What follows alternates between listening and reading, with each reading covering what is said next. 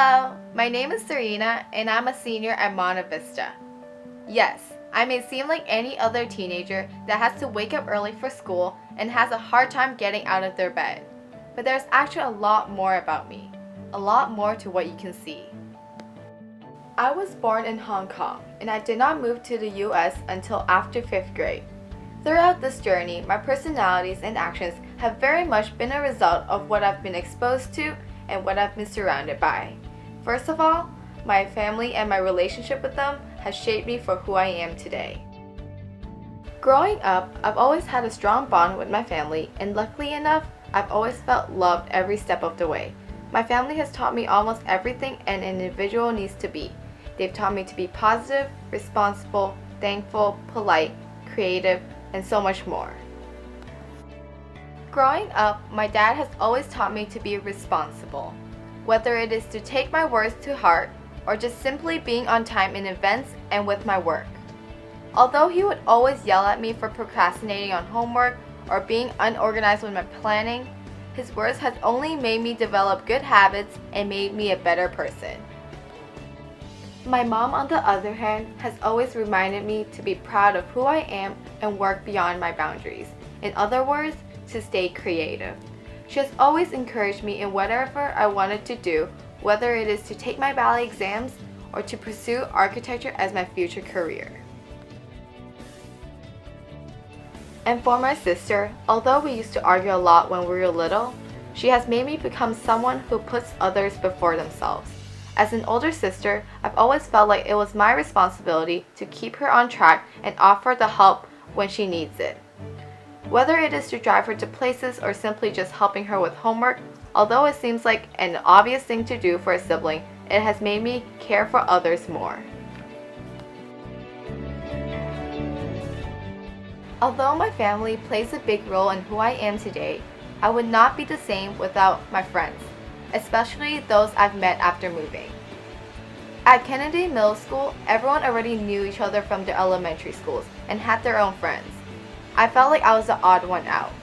But fortunately, that feeling did not last long because I was able to find a group of friends that were incredibly welcoming and accepting.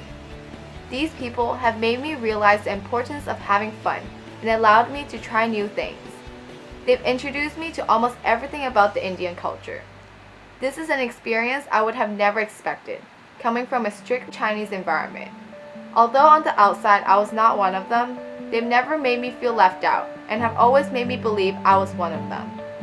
From lending me Indian clothes and bringing me to Indian festivals to letting me perform a spotlight with them, they've happily accepted the person I am and allowed me to not only embrace who I was, but encourage my bubbly and positive personality.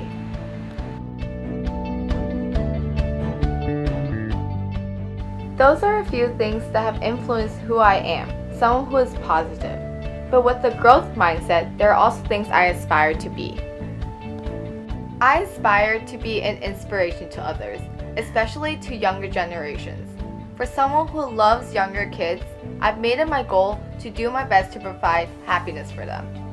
Not only do I work at Hong Yun Art as an assistant teacher every Sunday, but I love spending time with my younger cousin.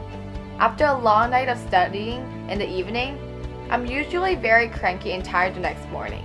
But I know I would not regret making myself wake up because I know my mornings will not start off any better than spending time with kids. Another aspiration I live up to is to be someone that is very hardworking. This is important to me because I know for a fact I am not perfect. I know from experiences I am not a naturally smart person, nor am I a naturally talented individual or have a perfect shaped body. Therefore, I've learned that I, unlike others, do have to work relatively harder to do well. Unlike a lot of other students, not only do I have to work hard in doing well at school, but I've also had to work hard in balancing my extracurriculars with it. Dancing every day from a range of 30 minutes to 3 hours does not leave me a lot of time to study or even finish my homework. For a while, I struggled using my time wisely to just focus and finish my work. There were even times where I put dance before school, and that really told my school grade the wrong direction. But through all that, I've learned that there will be times where I just have to say no and think about the long run.